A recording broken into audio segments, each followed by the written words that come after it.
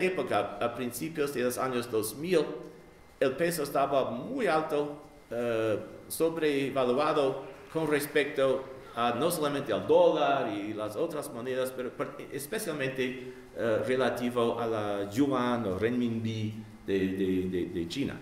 Ahora México tiene una oportunidad, porque en los últimos años la moneda china ha apreciado y sus costos de mano de obra han aumentado. México tiene la potencial de ser más competitivo, pero necesita aprovecharse de esta oportunidad. La participación, como vimos antes, pero esta es una gráfica, México está empezando a disminuir la brecha con China en la participación de ambos países en el mercado estadounidense. Bueno, pasamos entonces al empleo y naturalmente, como dije antes, los presidentes y los promotores del Telecán en ambos países prometieron grandes aumentos en el empleo por todos lados, y porque alrededor de 80% del comercio está en los bienes manufactureros, voy a enfocarme en ese sector. Ahora aquí vemos diferencias interesantes entre México y Estados Unidos. En México sí hubo ganancias en empleo bastante importantes en los años 90. Pero estas ganancias se invirtieron, fueron perdidas parcialmente, en gran medida, a partir de 2001. Si vemos esta gráfica, las columnas son los datos de los censos económicos del sector manufacturero. Representan el total de personal ocupado en el sector manufacturero, y los datos son disponibles solamente cada 5 años. Y no he encontrado datos todavía para 2013. Pero ven un aumento bastante impresionante entre 88 y 98, y probablemente un poquito más para 2000. Y en los primeros años de Telecán, probable un aumento de alrededor de 1 millón de trabajos. Pero desde aquí abajo son las cifras de las maquiladoras que terminan en 2006, pero ven que tenían una cima, peak, en 2000. Entonces, a partir de 2001, esto ha bajado y ahora está estancado. Y ven que después de la crisis hubo una baja en 2009, una recuperación, es una V, pero una V así sesgada, muy lenta. Y apenas el año pasado, en 2013, el empleo manufacturero alcanzó más o menos su nivel de antes de la crisis. Entonces, si pensamos en todos los 20 años desde el Telecán, de 93 hasta el presente, los últimos 20 años, el aumento en el empleo manufacturero en México neto, el aumento neto es alrededor de 400,000 trabajos. No es nada, pero la oferta de mano de obra, la población económicamente activa de México, aumenta en casi 1 millón de obreros, de personas cada año, 950,000 por año. Entonces, no es población, es población entre edades 15 y 65, algo así. Pero la población de las edades de trabajo aumenta casi 1 millón por año. Es decir, que el total neto de aumento en 20 años no alcanza la mitad de 1 año de crecimiento en la necesidad de trabajo. Entonces, esto no fue la solución a la necesidad de empleo en México. Y sabemos, creo, muy bien las razones por esto, que resumo aquí: la gran dependencia de importaciones de insumos importados, el valor agregado bajo en muchas de las actividades exportadoras. Y el hecho de que, a pesar de que las exportaciones a Estados Unidos han aumentado mucho, por el otro lado, las importaciones, especialmente de Asia, también han aumentado mucho, así que el efecto neto sobre el empleo en México no es muy positivo.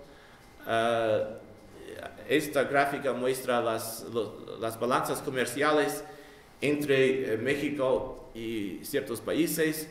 Ven el gran superávit con Estados Unidos de más de 100 mil millones de dólares el año pasado, pero el déficit con Asia es casi igual, 100 mil millones de dólares, y de eso más de la mitad es con China, otro déficit con Europa. Entonces, en general, la balanza no está positiva.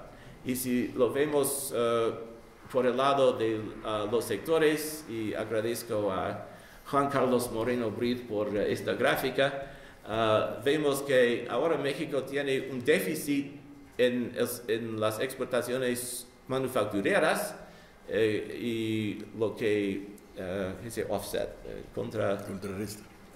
en contra de esto, lo que contrarresta esto es el superávit petrolero. Ahora, ¿en qué industrias sí existe este empleo? Esta gráfica son las exportaciones. Las exportaciones manufactureras de México se concentran en los tres últimos grupos de industrias. De equipo de transporte, principalmente automóviles y partes de automóviles, computadoras y productos electrónicos, y otra maquinaria y equipo. Estos sectores representan 3/4 de las exportaciones manufactureras de México. En esta gráfica son estas 3 rebanados del pie, de la pizza, aquí, estas 3. 75% de las 76% de las exportaciones. Pero los mismos sectores representan solamente 40% del empleo manufacturero. El sector más grande de empleo es el de alimentos, bebidas y tabaco, que produce principalmente para el mercado interno.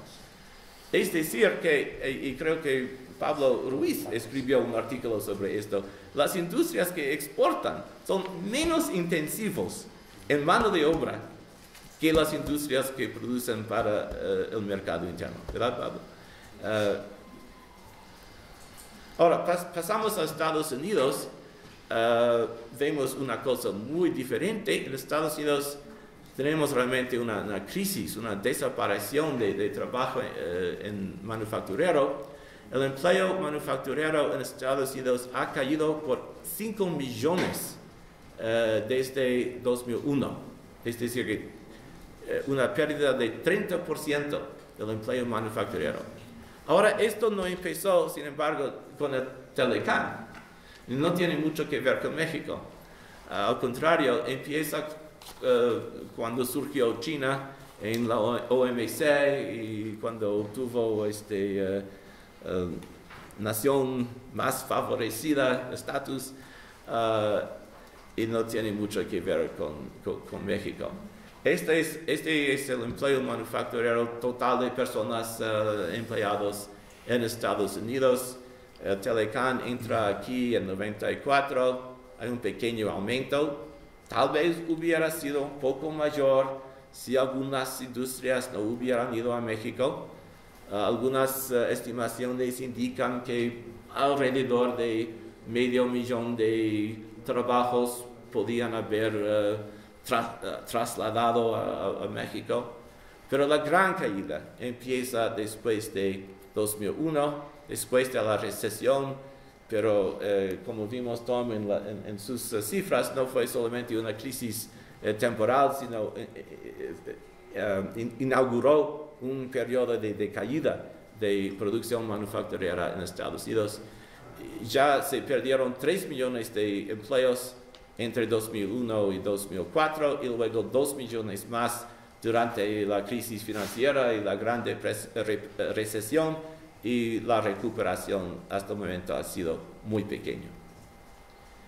Ahora, una cosa interesante, sí, es decidí comparar los cambios en el empleo por rama industrial en México y Estados Unidos en los últimos 6 años, entre 2007 y 2013. Y ven que en México hay un solo sector con crecimiento, es el sector de equipo de transporte, principalmente automóviles, pero también hay un crecimiento pequeño pero notable en el sector aeroespacial, que fue de 6,000 trabajadores a 20,000 en 6 años. En todos los otros sectores, el empleo mexicano en el verde no aumenta o hasta disminuye. En Estados Unidos, observando grandes bajas en el empleo en casi todos los sectores, con excepción de alimentos, bebidas y tabaco. Parece que en ambos países la gente siguiendo con la necesidad de comer y beber y tal vez de fumar, no sé. Pero en general espero que no sea tanto en fumar. Pero si hay un sector en el cual es posible que una parte de los empleos en México sean a costa de empleos en México, en Estados Unidos, sería equipo de transporte, pero la gran mayoría de las pérdidas de trabajo en Estados Unidos están en otros sectores: papel, y muebles, maquinaria, computadoras y electrónicas, en todos estos sectores, químicas, productos metálicos, y esto tiene mucho que ver con la crisis, ¿no? Con la caída de construcción de casas y de oficinas y de edificios que también no necesitan muebles, además del cambio tecnológico y la competencia de China. Ahora, si uno lee la prensa de negocios o escuche las ponencias de los presidentes, escuchamos mucho sobre el reshoring de manufacturas en América del Norte, debido a la depreciación de los tipos de cambio y los aumentos en los salarios chinos y el valor de la yuan, y también los aumentos en los costos de transporte transoceánico. Y es cierto, hay muchos casos de industrias que van creciendo, pero el problema es que el impacto de este reshoring sobre el empleo ha sido minimal, ¿no? Vemos en México una recuperación de empleo relativamente pequeño, y en Estados Unidos muy pequeño.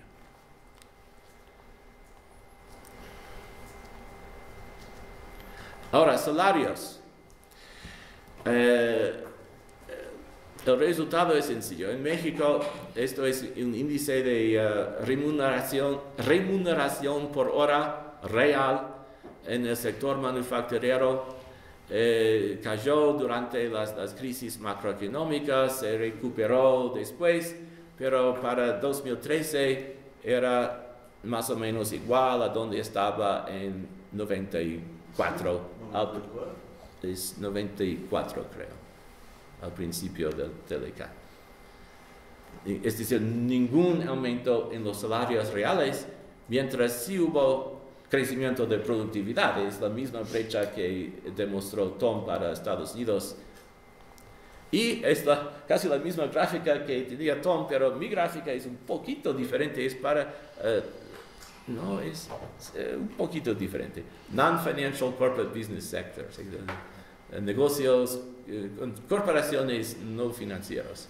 Pero es lo mismo, ¿no? Esta gran brecha entre la productividad de trabajo y la remuneración real por hora.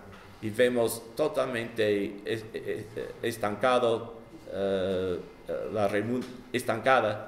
desde China, un pequeño aumento a fines de los años 90, cuando tuvimos por unos pocos años pleno empleo. Y yo tengo una fuente un poco diferente sobre la participación de los salarios en el ingreso, pero también demuestra una gran caída. Y entonces, con los salarios estancados en ambos países, tiene sentido de que no se ha observado una convergencia entre México y Estados Unidos tampoco. La razón, los salarios, estas son remuneraciones totales por hora en México como porcentaje de Estados Unidos a partir de 75 hasta 2012, y se han mantenido alrededor de 15% para obreros y alrededor de 18% para el total de personal ocupado, pero sin una tendencia arriba o abajo. ¿Cuánto tiempo me queda? 7 minutos. Ok. Un poquito sobre la crisis financiera, las políticas monetarias. Tom ya ha dicho bastante, pero por el lado de Estados Unidos, yo creo que el estímulo de Obama fue demasiado pequeño y demasiado breve en duración, y se ha convertido en el opuesto, en austeridad a partir de 2011. Por el lado de México, tuvo un estímulo muy pequeño y también políticas más o menos de austeridad, pero una cosa que ayudó ambos países fue el bailout de General Motors y Chrysler. Aquí es una gráfica interesante, fue de inspiración de Paul Krugman, pero yo amplié lo que él hizo. Es el gasto del gobierno real a partir durante las recesiones y recuperaciones. Entonces, un índice de 100 es para el trimestre de cima, the peak of the cycle. Y ven que en la línea violeta, en la última recesión de Bush y Obama, hubo un pequeño estímulo, pero ya para el trimestre 22, es decir, en el segundo trimestre de 2013, el gasto público real ya fue por debajo de en 2007.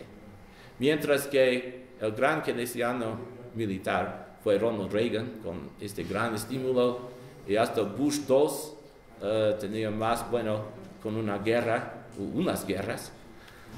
Pero aquí ven la austeridad en Estados Unidos, y también ven un estancamiento de la inversión privada, de business investment, mientras las ganancias de las corporaciones alcanzan niveles sin precedente en la historia, pero hay una brecha entre las ganancias que reciben las corporaciones y las inversiones que hacen. En México, también esta gráfica lleva índices que son de 100 al principio de la crisis, o antes de la crisis, el cuarto trimestre de 2007, y ven que las exportaciones manufactureras, después de bajar mucho, aquí se observa la V, una fuerte recuperación, pero la economía interna no crece tanto. El PIB alcanza alrededor de 8% encima de su nivel de antes de la recesión, mientras las exportaciones son más de 30% mayor. Pero fíjense de esto, que la inversión pública, es decir, gastos reales en pesos constantes para infraestructura, son más bajos en 2011, 2012, 2013 que antes de la recesión. Y con esto México tampoco puede recuperar rápidamente. Bueno, conclusiones. Queda claro que las promesas muy famosas de Salinas, Bush y Clinton nunca se cumplieron, Y en vez de crecer rápidamente y generar mucho empleo por todos lados, en realidad el Telecán se ha convertido en una zona de estancamiento económico. El Telecán no ha logrado la potencial que sí verdaderamente tenía para hacerse un bloque comercial competitivo. Existió la posibilidad, pero los tres países no aprovecharon de esa posibilidad, particularmente después de 2001. Para el futuro, y esto tiene que ver también con cosas como TPP, no sé cómo se dice, Trans-Pacific Partnership en español. ¿Qué? Trans-Pacific Partnership, TPP, el nuevo tratado. Los gobiernos deben cesar de pronosticar ganancias en empleo y salarios de estos. Y al contrario, como decía Tom, en realidad estos acuerdos, particularmente con las protecciones para los invertidores y las reglas estrictas de propiedad intelectual, son parte de lo que mantiene la gente en la caja. Entonces, los tratados comerciales no crean ni crecimiento ni empleo en general. Sin embargo, México tiene oportunidades, particularmente con su mayor competitividad con respecto a China que vimos. México tiene la posibilidad en los años que vienen para beneficiar, por ejemplo, por mayor tecnología, escalamiento, upgrading de industrias y más ganancias de divisas, sigue en su línea de exportaciones. Y para el futuro, como en el pasado, sería necesario que los gobiernos adoptaran políticas complementarias para transformar América del Norte en una zona comercial más competitiva y exitosa, y para fomentar más inversión en las manufacturas avanzadas. Y las políticas que deben discutirse incluyen, por ejemplo, educación y entrenamiento, bajar las restricciones de crédito en México, mantener tipos de cambio competitivos en todos los países, mayor inversión pública en infraestructura y esfuerzos de aumentar la investigación y desarrollo en los tres países.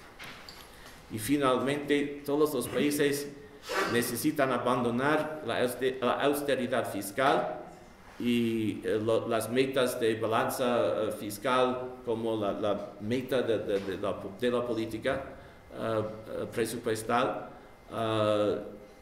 Los gobiernos necesitan pensar en el hecho de que ciertos gastos públicos son inversiones esenciales en el crecimiento futuro de los países. En Estados Unidos, una cosa que ha sido relativamente mejor en Estados Unidos ha sido la política monetaria, porque tenemos el mandato dual para la Reserva Federal de mantener pleno empleo, al igual que inflación baja. Pero en México existen metas de inflación muy estrictas y yo creo que sería mejor tener un mandato dual también en México, también en la zona de euro, en Europa y todos lados. Y finalmente, todos los países necesitan enfrentar el gran aumento en la desigualdad, fortalecer sus clases medias, fortalecer los salarios de los trabajadores y entender que todos no van a crecer tratando de exportar más. Hay una falacia de composición y necesitan fortalecer sus mercados internos, no por cerrar las economías, pero por tener un mayor balance entre crecimiento interno y participación global. Gracias.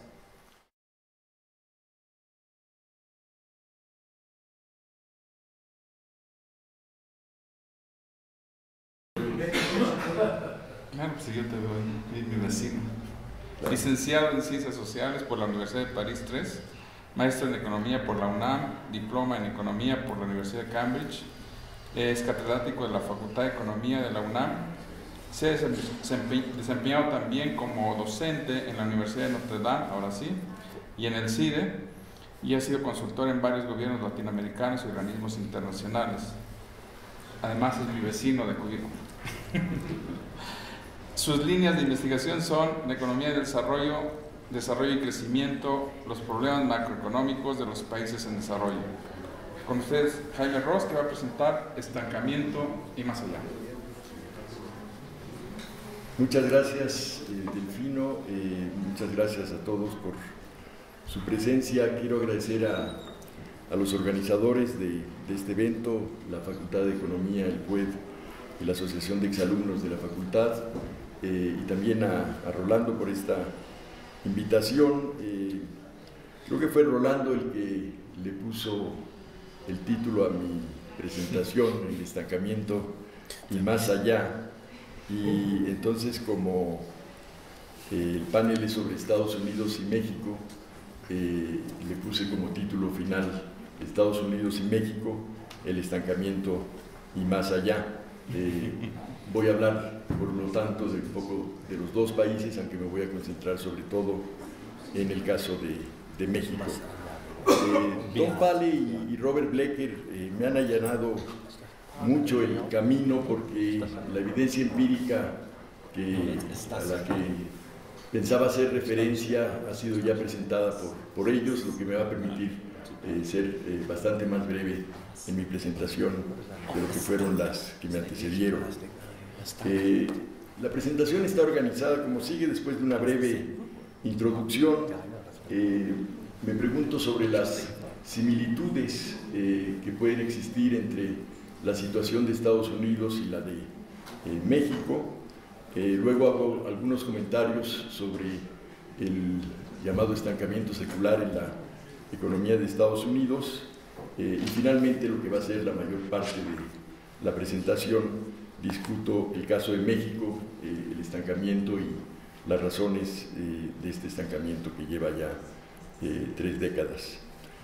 Porque en efecto, y esta es la introducción, en México llevamos décadas ya de sufrir de un estancamiento en que ha estado entrampada la economía desde principios de los 80. Las cifras son bien conocidas, las de la última década las mencionó Robert, un crecimiento del PIB del 2% anual, una tercera parte o menos de lo que solía crecer la economía mexicana entre el 40 y el 80, y además con una tendencia de esa tasa de crecimiento a caer de la última década del siglo pasado a la primera década de este siglo, y luego hasta donde llevamos de la segunda década, pues una tendencia todavía